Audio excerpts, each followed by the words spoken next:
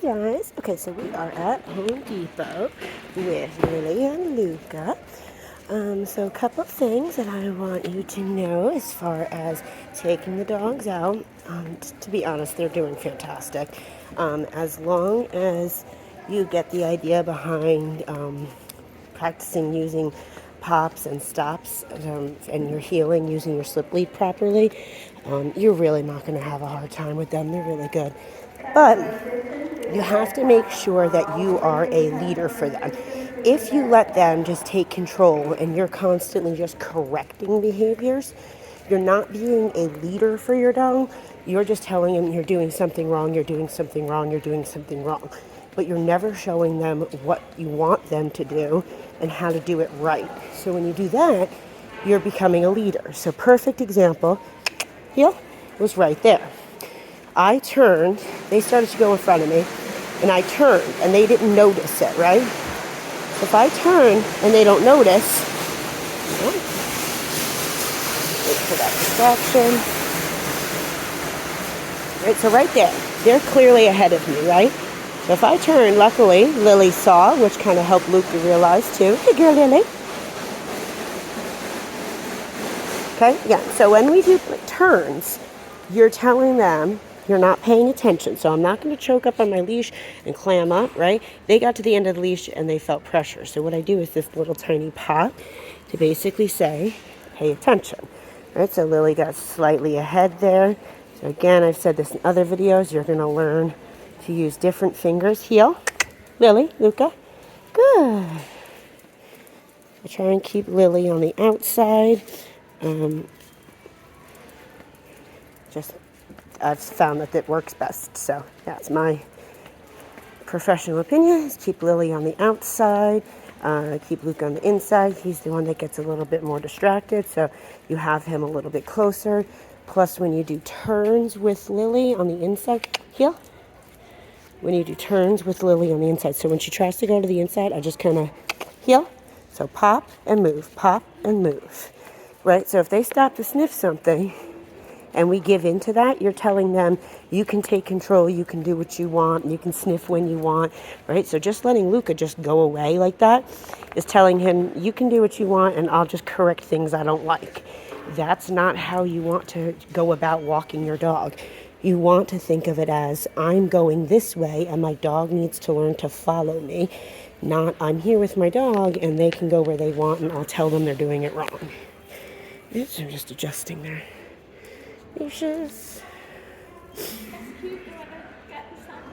Yeah, they're brother and sister. Okay, so we start walking, and right off the bat, I gave Lily a pop to say slow down. Luka's trying to go on the outside, so I gave him a little, try and aim this a little better.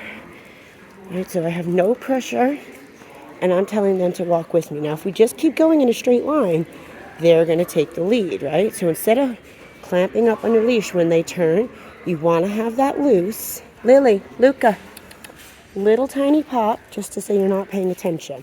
If you use this tons of pressure and you go like this and you pull them around turns, you're not communicating anything with them. You're just, making them, right? So, heel. Right? I didn't have to pull them around that turn. Now, the more turns you do, the quicker they're going to realize I'm in control and they need to just pay attention. So straight lines aren't a great option. You want to start doing lots of turns. So if you've noticed in this video, we haven't left this one area yet, right? We're right by the front door. We just came in and I come right over here because I had this nice big open area. I have a lot of places where I can just do random turns and get them to follow. Lily's right behind us. Come on, Lily. Here's my girl. Here's my girl. Right, but nice and loose. So now if I turned left right there, see how they got bumped into? See, Lily's a little bit more sensitive when she gets bumped. So that's why I like having Luka on the inside, because he doesn't care so much. And she doesn't get as spooked when Luka bumps into her as when I bump into her. So, and you'll learn how to kind of go around turns and keep them positioned like that. Heel, Yes, good job. So that one, I didn't wait for them to lose attention on me. I kept them looking at me. Hey guys, Lily, Luka, heel. See how smooth that turn was? Because I was leading them and telling them, look, follow me, right? Heel. Good. I slowed Lily down a little because she got a little fast trot going there. All right, nice and loose. Good job, guys. Verbal encouragement. We're going to turn again. Heel. Yes. So I didn't have to have any pressure there.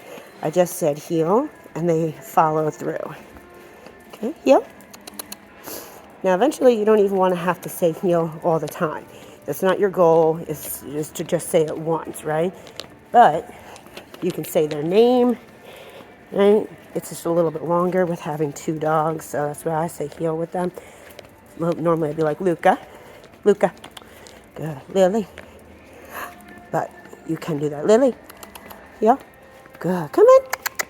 Right, so just some little come-ons, right? Keep them moving, keep them focused on you. Don't let them stop to pay attention to things. Make them realize that we're walking right now and they need to be focused and moving with me. So now that I've got them focused on me, we can start moving out into some new area. Right, so I'll head out into the store a little bit more. Now, as soon as you do this, it's new. So right there, see how I gave Luka a pop because he's ahead of me? Same with Lily. She went a little ahead. Now, if I have to do more than 2 or 3 pops or I can't get them to focus by doing this, we're going to go to a stop. Right, so our stop is going to be, we're going to stop moving, and you're going to hold steady pressure. Release Lily's, release Luka's.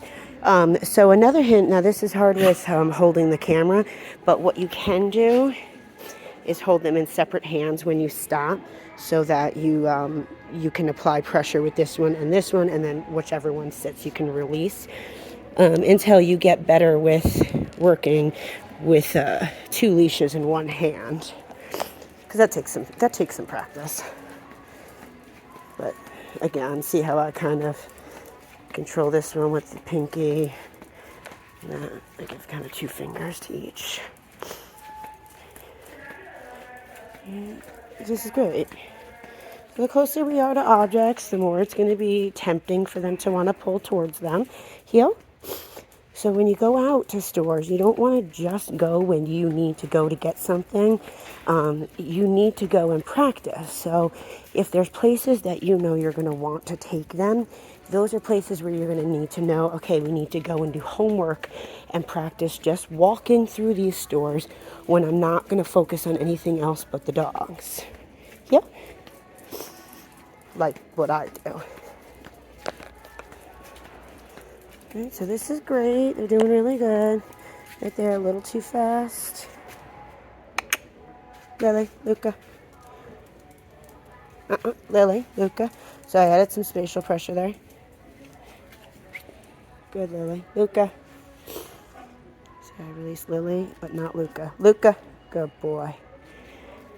Alright, so a little distracted, but no biggie. Just going to adjust. Available MOD, Yep. 306. Available MOD, 306, 386. So yeah, there you have it. It's going to take a little bit of practice. Like I've said in other videos, you can always go out with just one dog at first and practice with them, and then practice with the other dog. And then when you feel comfortable adding them together, you can always do that. But of course, we'll work together on your take-home lesson, and we'll see where you are at that point. They'll make it nice and easy for you. They're really good pups. So, hope that helps. If you guys have any questions, don't hesitate to let me know. And if anybody else needs help with their dogs, please give us a call today. We'd be happy to help you like we are with Lily and Luka. Have a good day, guys.